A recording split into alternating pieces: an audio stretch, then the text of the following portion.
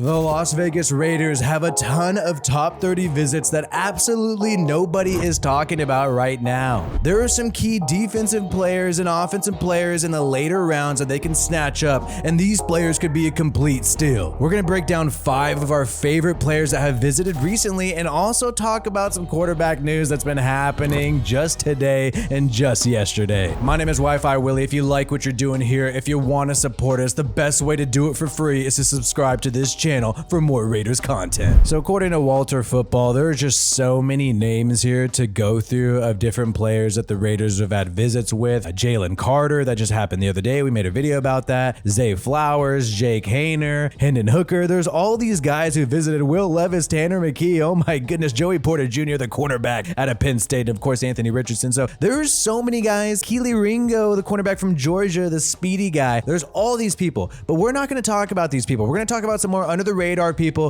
who are quite special. But before we dig in, there is a visit that happened on April 11th. CJ Stroud, the Ohio State quarterback, had his top 30 visit with the Raiders. Raiders are pretty much met with all the top quarterbacks, and man, there is a possibility the guy does fall to the Raiders. There was actually a mock draft done by PFF Sam Monson in which CJ Stroud did fall, so it is totally a possibility that it could happen. Maybe the Panthers fall in love with Anthony Richardson. Maybe somebody falls in love with Will Levis. Who knows? It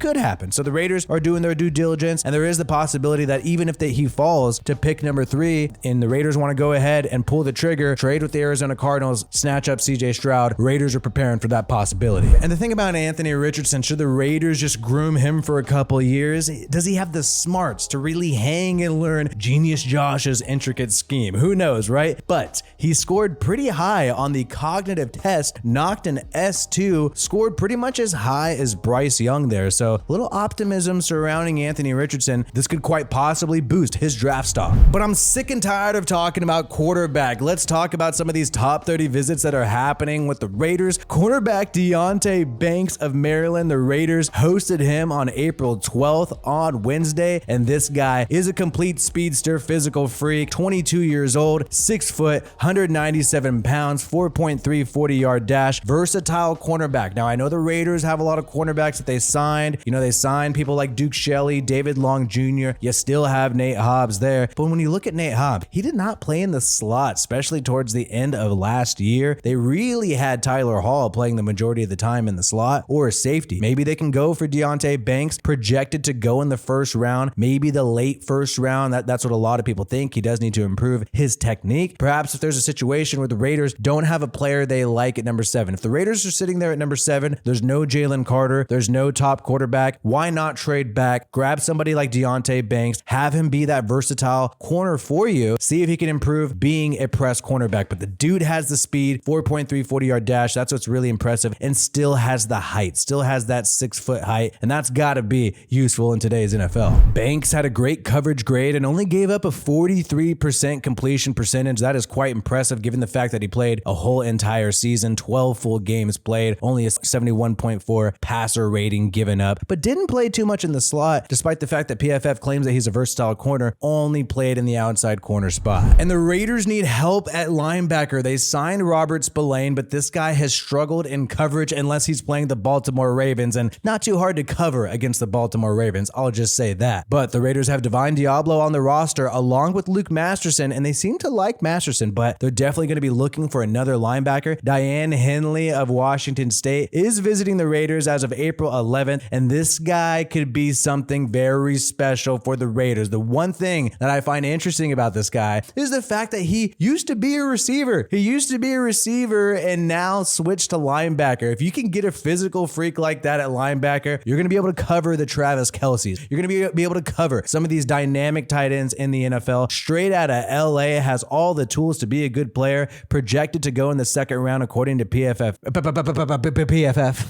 And it seems like where he struggles the most is zone drops and zone coverage, but that's not too bad of a thing if you're in Patrick Graham's scheme. When you look at the Raiders last year, there's a lot of man coverage, so hopefully he'll be able to excel in that role. And this dude has a 4.5 40-yard dash. That is freaking awesome. And the fact that Henley's a former receiver allows him to just ball out in coverage, especially man coverage. Surprisingly, a solid tackler, 225 pounds, so maybe maybe needs to add on a little bit of weight, but if you're comparing him to Divine Diablo, that is not too bad. And they're saying he's on the older side of a prospect. Come on, man. The dude is 23 years old. If that's old, then I'm a freaking geezer. And wow, for being a former receiver, he has an amazing missed tackle rate. That is a blue rate. That's the highest rate you can have. According to PFF, the bro only missed 5 tackles, even though he had 74 tackles. So hey, with all that said, if the Raiders could go ahead and grab this guy in the second round, early third round, I think that would be a freaking steal. And the Raiders also met with Oklahoma State University safety Jason Taylor. And I want you guys to know about Trayvon Merrick. You see him play a lot of strong safety last year, especially towards the end of last year. You would see Trayvon Merrick play strong safety, sometimes play free safety, and also line up as linebacker. Kind of crazy to think that maybe the Raiders view him more of a strong safety. You saw Duran Harmon play a lot of free safety last year, so the Raiders could be looking for somebody like Jason Taylor and maybe looking for some competition for Trayvon Merrick. They want a guy who can move around linebacker and safety, and this guy had a good coverage grade last year, projected to go probably in the second or third round based on the looks of it. 6 feet, 204 pounds, trending upwards right now. But the key thing that I wanted to note about Oklahoma State Jason Taylor, had the 4.5 40-yard dash speed, played well against TCU from every aspect of the game. 77 coverage grade, great run defensive grade as well. Only gave up 42% in terms of pass completions against TCU. And this is a team that went deep.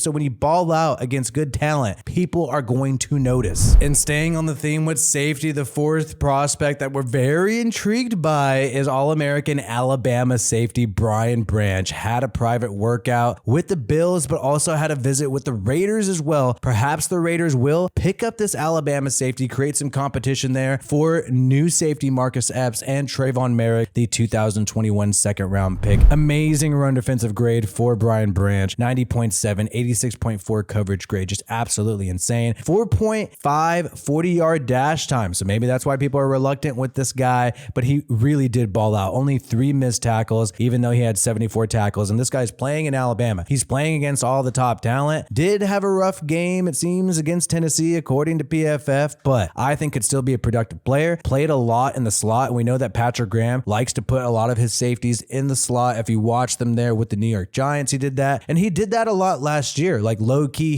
he really did. You saw Roderick Teamer even play in the slot a decent amount towards the end of last year. People do believe that Brian Branch will be drafted in the first round, so this is another guy where maybe it's a trade down candidate if the Raiders don't have a quarterback they want, or a star defensive player like Jalen Carter, who they don't want. And he's also another slot guy, has a high football IQ, rolling with Nick Saban. You're going to have that high football IQ. But apparently, he needs to work on his strength, needs to gain some weight, 190 pounds. That is actually pretty rough for somebody who's expecting to tackle running backs, to tackle tight ends, to cover tight ends. I think he's going to need to put a decent amount of weight on himself. But he is an exceptional tackler, not a high-end athlete, did not play much deep. So that's a concern there. You really want him to be a box guy, a slot guy. He's your guy. Did not play deep at all last year. And Trayvon Merrick, when you saw some of the changes last year, he wasn't playing deep nearly as much last year. So I think this guy could be somebody who fills a role for the Raiders, and they're definitely taking a look at him. And last but not least, if the Raiders don't go ahead and grab one of these top QBs, you're still going to want to try to develop a guy for the future. And there's so many QBs you can take in the later rounds, like none other than DTR, Dorian Thompson-Robinson of UCLA, one of the more athletic QBs, one of the more productive QBs with his legs outside of the top 4 QBs. We know the Raiders were also interested in Jake Haener as well. They had a couple meetings with him,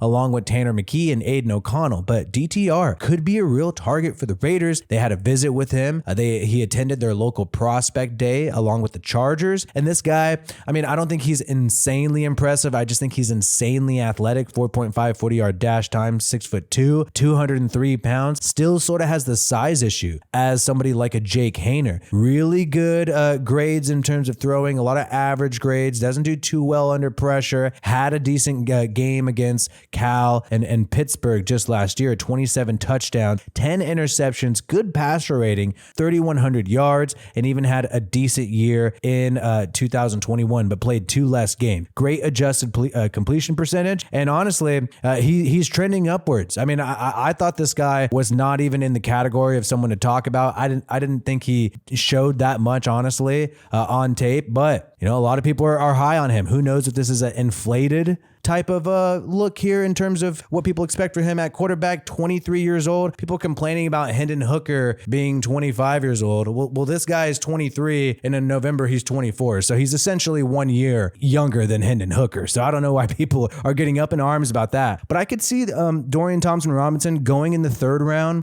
more likely the 4th round, though, if I'm going to be completely honest, 4th or 5th round. I'm trying to be a little nice here. But yeah, probably the 4th or 5th round. So maybe this could be a guy the Raiders develop. These are some key meetings that the Raiders are having, and I want you to know that we got to take all this with a grain of salt. Yes, the Raiders did not have a 1st round or 2nd round pick last year. This year they do. However, out of all the players they had a top 30 visit with last year, only Thayer Mumford was drafted by the Raiders. But the Raiders have tons of more draft picks this upcoming year. 12 draft picks, probably are going to trade some of those away to trade up. So hopefully they're able to get some guys that they want, and maybe they're learning through these top 30 visits. Not sure that I want this guy. Not sure that I want this guy. I don't know. Well, let me know if there's any one of these guys who you think the Raiders should draft, but also let me know if there's any lower round guys. Some guy who's going to be outside of the 1st round that you desperately want the Raiders to draft. Like this video if you have not yet, and subscribe to this channel for more Raiders content. My name is WiFiWillie. Check out some of these other videos that you may have missed, and if you do want to see more content from me that is outside of the Raiders and about the broader NFL, make sure you check out WiFiWillie NFL as well. Peace out, and I hope you have a good one.